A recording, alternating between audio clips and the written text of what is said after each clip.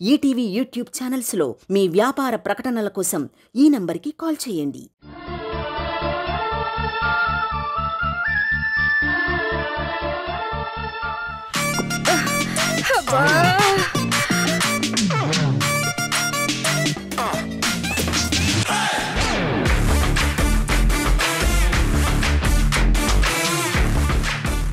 అమ్మో, నా నడుము విరిగిపోయిందిరా అన్నయ్య. నొప్పి భరించలేకపోతున్నానే అమ్మా. పోనీ హాస్పిటల్కి వెళ్దామా? ఎక్స్రే తీస్తే ఏదైనా బోన్ ఫ్రాక్చర్ అయిందేమో తెలుస్తుంది.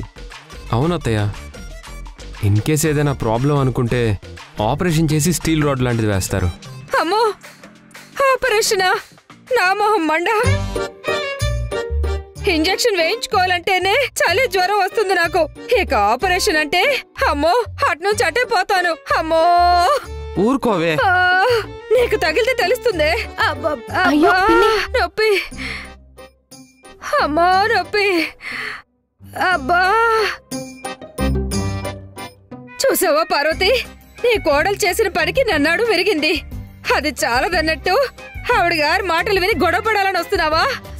భాగ్యం, నీకెప్పుడు గొడవల గురించి ఆలోచన ఉంటుందా? మంచి పనుల గురించి కానీ మంచి మాటలు కానీ మాట్లాడవా? అమ్మో,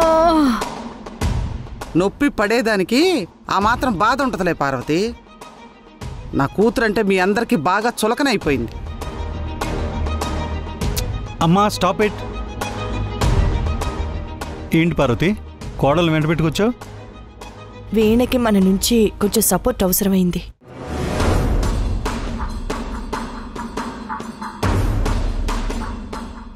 వీణేదో ప్లాన్ వేసే అత్తయ్యని ముగ్గులోకి దింపింది. ఏం స్కెచ్ వేసిందో ఏంటో. వీణా, సపోర్ట్ కావాలంటే నన్ను అడగచ్చు కదా, డాడ్ దాకా వెళ్ళడం ఎందుకు? ఈ ఇంటి పెద్దగా మీ నాన్న అనుమతి అవసరమైన విషయం రిషి. సరే చెప్పు పార్వతి. వీణకి ఇంటి దగ్గరే ఉంటే ఏం తోచట్లేదని చెప్పింది. అయితే రోజు వెళ్ళి సిటీ మొత్తం చూసి రమ్మని పార్వతి. ఫుల్ టైం పాస్ అవుతుంది. అబ్బా, భాగ్యం, మధ్యలో మాట్లాడకుండా నువ్వు రెస్ట్ తీసుకో. అబ్బా, వీణా, నొప్పి. ఏదైనా మూవీకి వెళ్దాం? నీకు కూడా బోరింగ్గా ఉంది కదా, పద. రిషి ఆగు, తను సినిమాకో షికారులకో వెళ్దాం అనుకోవట్లేదు. చదువుకున్న అమ్మాయిగా వ్యాపారం అంటే ఆసక్తి ఉన్నదానికి ఆఫీస్కి వెళ్తాను అంటోంది.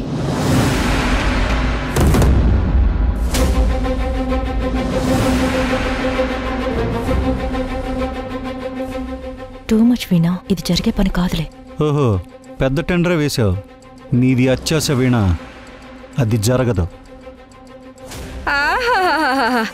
కోడలు ఆశపడ్డం, అత్తయ్య ఎగిరెగిరి అందివ్వాలనుకోవడం. ఇంట్లో అంట్లు తోముకుని ఎంత అన్నం తిని ఏ సీరియల్లో చూసుకునే పని పెట్టుకోకుండా నీకు అర్హత లేని పని చేస్తానంటే వేణా, కొంచెమైనా ఆలోచించొద్దు? ఆలోచించాను కాబట్టి అడిగాను పిన్ని. ఇప్పుడు ఇదొక్కటే తక్కువైంది. నువ్వేదో ఆవేశంలో నిర్ణయం తీసుకున్నట్టున్నావు వీణా. కావాలంటే ఏదైనా యూట్యూబ్ ఛానల్ పెట్టుకుని వంటలు చేయటం, ఇలాంటి ప్రోగ్రామ్ షూట్ చేసుకునే వర్క్ పెట్టుకో. చాలా ఈజీగా టైంపాస్ అయిపోతుంది. ఐడియా బాగుంది మావయ్య. వీణా ట్రై చేస్తావా? నేను కూడా నీకు హెల్ప్ చేస్తాను. అది చాలా బెస్ట్ వీణా, నువ్వు కమిట్ అయిపో. మామయ్య, మీ సలహాకి థ్యాంక్స్. అంటే ఒక మనిషి శక్తి సామర్థ్యం ఏంటో పరిస్థితులను బట్టి, చేసే పనులు బట్టి తెలుస్తుంది కదా.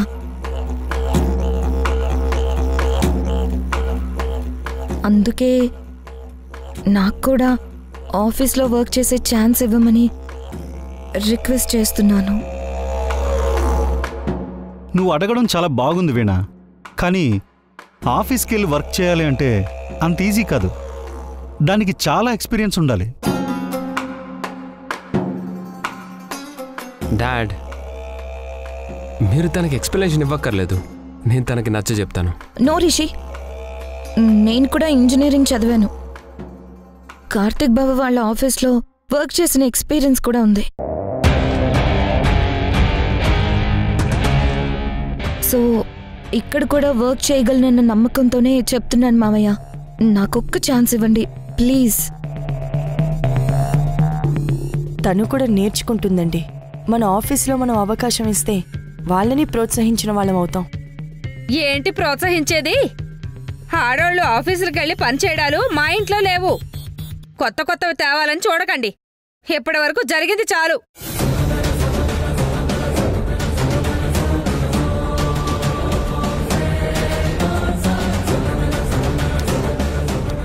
అత్తయ్య,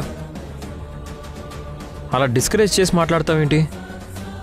ఆడవాళ్ళు వర్క్ చేయడం ఇష్టం లేక పెట్టుకున్న కట్టుబాట్లు వద్దు. డాడ్, టాలెంట్ ఉండి సైలెంట్గా ఇంటికి ఎందుకు పర్మనెంట్ కావాలి? వీణని కూడా ఆఫీస్కి రానివ్వండి.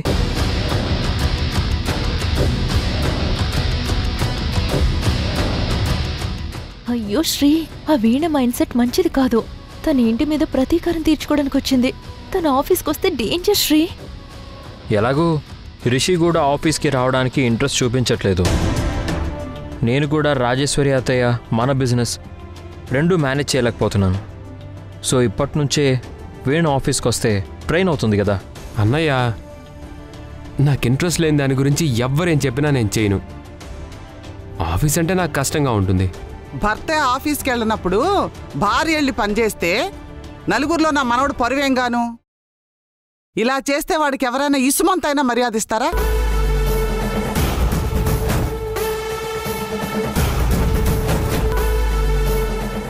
నా బాధ కూడా అదేనే అమ్మా. ఇప్పుడు ఏం చేయాలి? వీణ మాటకు ఒప్పుకుంటే ముందు ముందు తను నా మాట వింటుందో లేదో. ఏంటండి ఆలోచిస్తున్నారు? తను రీసెంట్గానే కదా రెస్ట్ తీసుకుని వచ్చింది. మళ్ళీ తనకి వర్క్ ప్రెషర్ ఎందుకని ఆలోచిస్తున్నాను. నా హెల్త్ పర్ఫెక్ట్గా ఉంది మావయ్య. నేను వర్క్ చేయడానికి అదేం ప్రాబ్లం కాదు.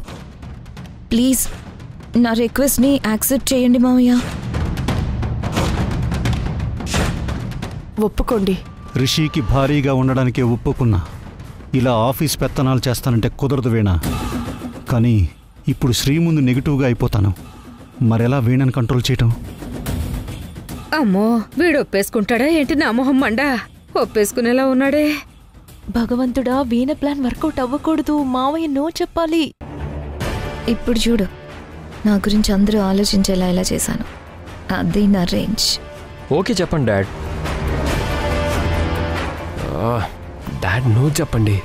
మన ప్లాన్ ప్రకారం వీణకి ఇంపార్టెన్స్ ఇవ్వకూడదు. అది మర్చిపోకండి డాడ్ ప్లీజ్.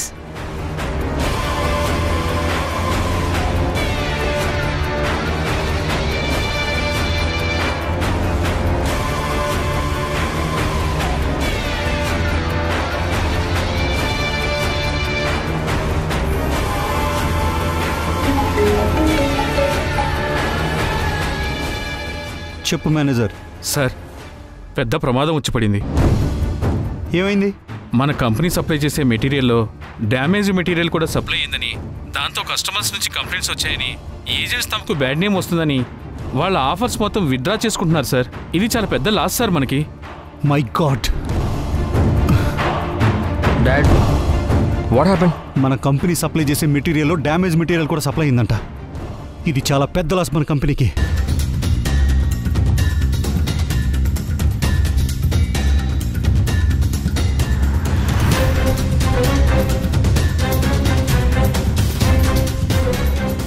అంతా కొత్త కోడలు మహిమ.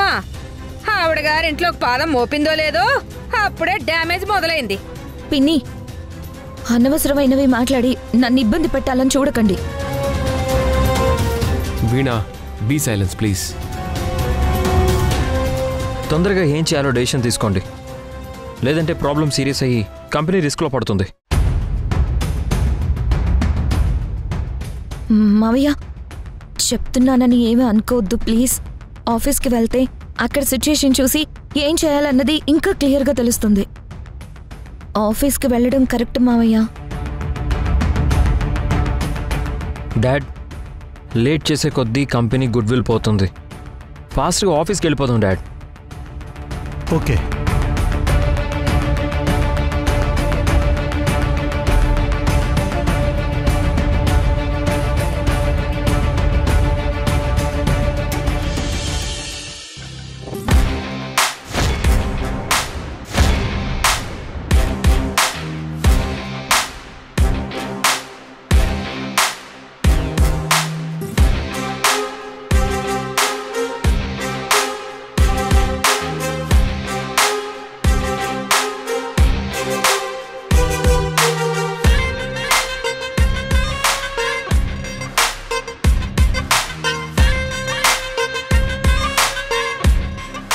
Manager sir what is this manager? ఇన్ని సంవత్సరాలుగా వర్క్ చేస్తున్నావు, అయినా సరే ఇష్యూ రాకుండా మేనేజ్ చేయలేకపోయావా? షేమ్గా అనిపించట్లేదు నీకు?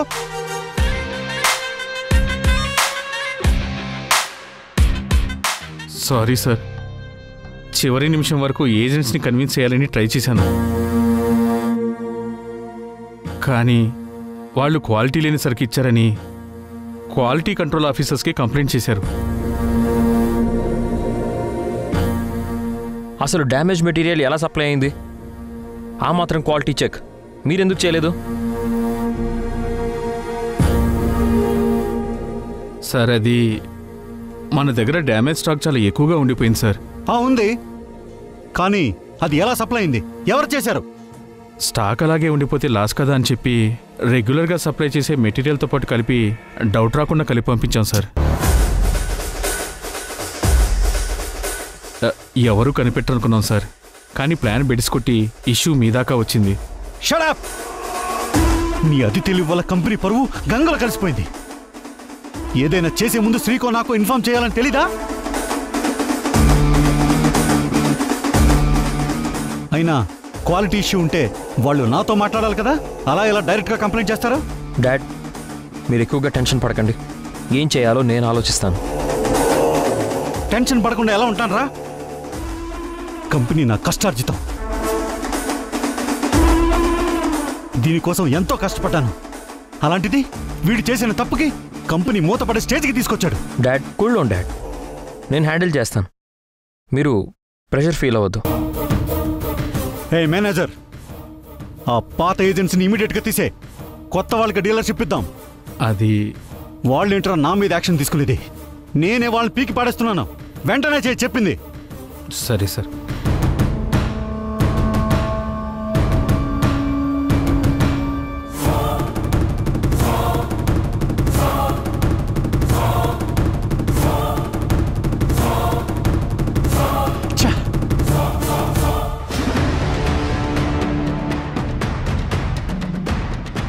సారీ మావయ్య గారు, మీకు చెప్పేటంత దాన్ని కాదు.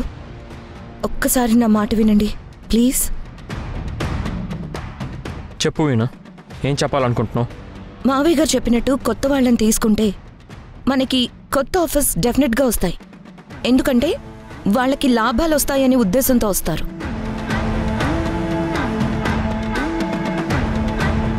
బట్ మనం తీసేసిన ఓల్డ్ ఏజెంట్స్ బయట మార్కెట్లో మన కంపెనీ గురించి బ్యాడ్గా ప్రచారం చేస్తారు.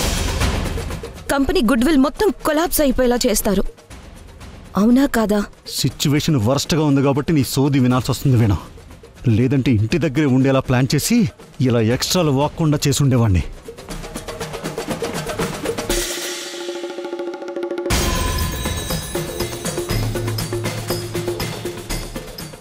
బావగారు, నేను చెప్పేది మీకు ఓకేనా? Yeah please go ahead. So కొత్త ఏజెంట్స్ని తీసుకోవడం వల్ల కంపెనీకి నష్టమే తప్ప లాభం లేదు. ఏమంటారు? ఎస్ డాడ్, వీణ చెప్పింది ప్రాక్టికల్గా 100% నిజం. కొత్త వాళ్ళకి లాభాలు వస్తుంటే పాత వాళ్ళు ఎందుకు సైలెంట్గా ఉంటారు? మీరేమనుకోకపోతే ఈ ప్రాబ్లమ్ని సాల్వ్ చేసే ఛాన్స్ నాకు ఇవ్వండి. డెఫినెట్గా సొల్యూషన్ చూపిస్తాను. Believe me. వీణా, ఇది చిన్నపిల్లల విషయం కాదు. దీని గురించి ఫ్లోలో ఏదో మాట్లాడితే సొల్యూషన్ దొరికిపోతుందా? ఆల్రెడీ డ్యామేజ్ జరిగిపోయింది, నువ్వేం చేయలేవు. నో డాడ్, వీణకు ఒక ఛాన్స్ ఇచ్చి చూద్దాం. నువ్వు కూడా ఏంటి శ్రీ, తనేదో ఇన్నోసెంట్గా మాట్లాడింది, లీవ్ హెర్. ప్లీజ్ మావయ్య, నేను ష్యూర్గా ప్రాబ్లమ్ని సాల్వ్ చేస్తాను. టైం లేదు డాడ్, తనకి ఛాన్స్ ఇచ్చి చూద్దాం. ఏమో చెప్పలేము, సొల్యూషన్ దొరకచ్చుగా.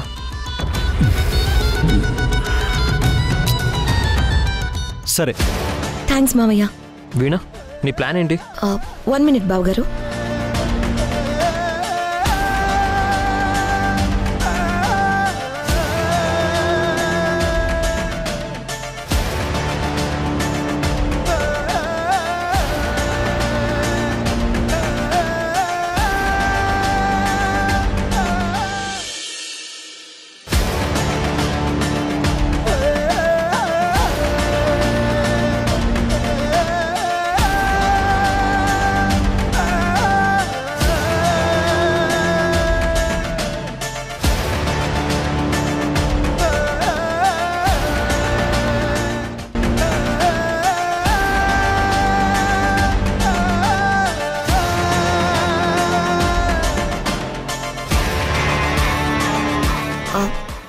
డోంట్ వరీ బావగారు, మీరేం టెన్షన్ పడకండి. సిచ్యుయేషన్ని ఎలా డీల్ చేయాలో నాకు ఒక క్లారిటీ ఉంది. మీరు జస్ట్ చూస్తూ ఉండండి. ఓకేనా మావయ్య గారు?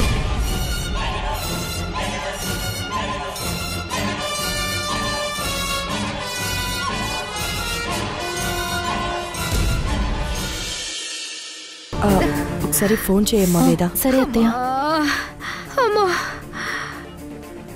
ఇంటి పెద్ద కోడలైన వేద పెద్దలకి మర్యాద ఇచ్చి మాటకి గౌరవం ఇచ్చి గమ్మునుంది పార్వతి. మరి వీణ ఓవర్ యాక్షన్ కాకపోతే ఎగేసుకుని వెళ్ళింది. మూసుకుని ఇంట్లో అంట్లు తోముకోకుండా ఇది అవసరమా చెప్పు? ఈ ఇంటికి ఆ పిల్ల కోడలుగా రావడమే అనవసరం అనిపించిందే భాగ్యం. కానీ ఏం లాభం వచ్చింది, ఏదైనా అనుభవించాల్సిందే.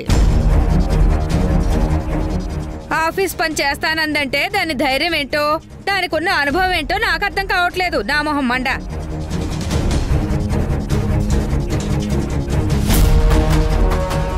లక్షల కోట్ల విలువ చేసే కంపెనీకి వెళ్ళి ఏం చేస్తుంది ఈ అమ్మాయి? ఇంతకీ ఈ అమ్మాయి వెళ్ళాల్సిన అవసరమే లేదు. పెద్దలందరూ వద్దన్నాక బుద్ధిగా ఇంట్లో పడి ఉండాలి.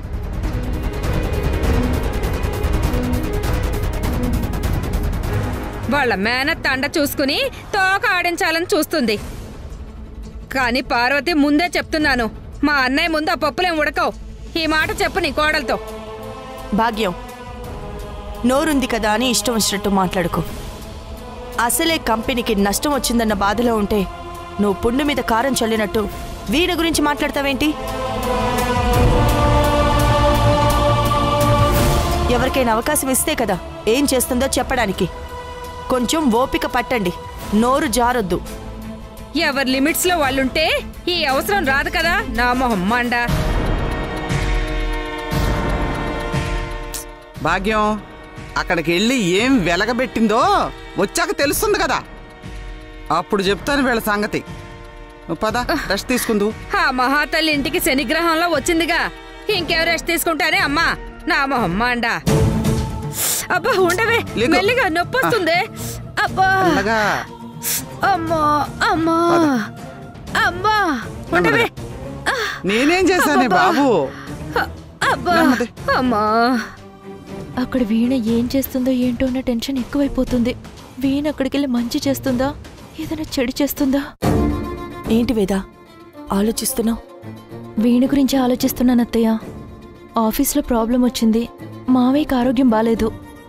ఇలాంటి టైంలో మావయ్యని వీణ తొందరపడి విసిగిస్తే ఇబ్బంది పడతారు కదా అని. పొరపాటుగా ఆలోచిస్తున్నావు వేద. వీణ తొందరపడే మనిషి కాదు. పరిస్థితులకి తగ్గట్టు సర్దుకుని తనని తాను కూర్చుకోగల మనిషి. వీణ నటిస్తుంది కాబట్టి తన అసలు రూపం మీకు తెలియక ఇలా తను సపోర్ట్ చేస్తున్నారు అత్తయ్య. ఈ ఇంట్లో తనకు బాంబ్లా ఉంది. వీణ అక్కడ ఆఫీస్కి వెళ్తే అంత మంచి జరగాలని కోరుకుందాం వేద.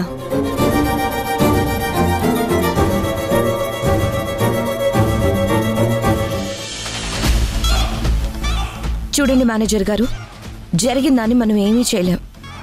ఫ్యూచర్లో ఇలాంటివి రిపీట్ అవ్వకూడదంటే మనం ముందు కంపెనీని పడిపోకుండా చూసుకోవాలి. Yes madam. ఇప్పుడు ఈ డిస్కషన్ వల్ల యూజ్ ఉందా వీణా? ఉంది మావయ్య. మేనేజర్ గారు, మేనేజ్మెంట్ ఇక్కడుందని నిజాలు దాయాలని చూడకండి.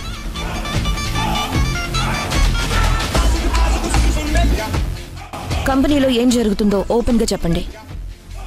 మీరు నష్టాలు దాచాలని ట్రై చేయకండి. మేమేమనుకో, ప్లీజ్. మీరు బ్యాడ్గా ఫీల్ అవ్వాల్సింది ఏం లేదు. Okay madam. నేను ఫెయిర్గా అడుగుతున్నాను. మన కంపెనీ గోడౌన్లో క్వాలిటీ లేని మెటీరియల్ స్టాక్ ఎంతుంది, దాని కాస్ట్ ఎంతుంటుంది, ఈ డీటెయిల్స్ అన్నీ ఫాస్ట్గా తీసుకురండి. సరే మేడం.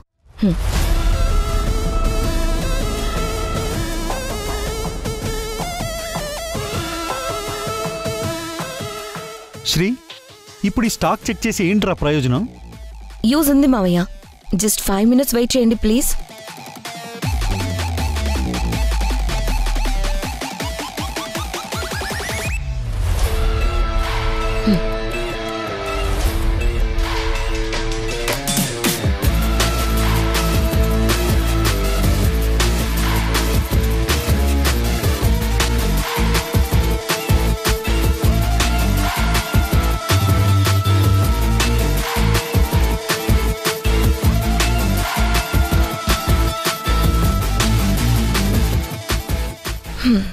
గోడౌన్లో క్వాలిటీ లేని స్టాక్ వాల్యూ దాదాపు 97 lakhs ఉంది మావయ్య. 97 lakhsా? అంత స్టాక్ ఉందా? క్వాలిటీ వాళ్ళకి తెలిస్తే కంపెనీని లో క్వాలిటీ మెటీరియల్ని చీట్ చేసి సేల్ చేస్తుందని సీరియస్ యాక్షన్ తీసుకుంటారు. డోంట్ వరీ బావు గారు, దానికి సొల్యూషన్ ఉంది.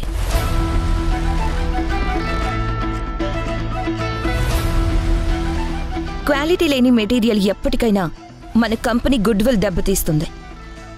సో ఇమ్మీడియట్గా ఆ స్టాక్ మొత్తం డిస్ట్రాయ్ చేసేయండి. Okay madam.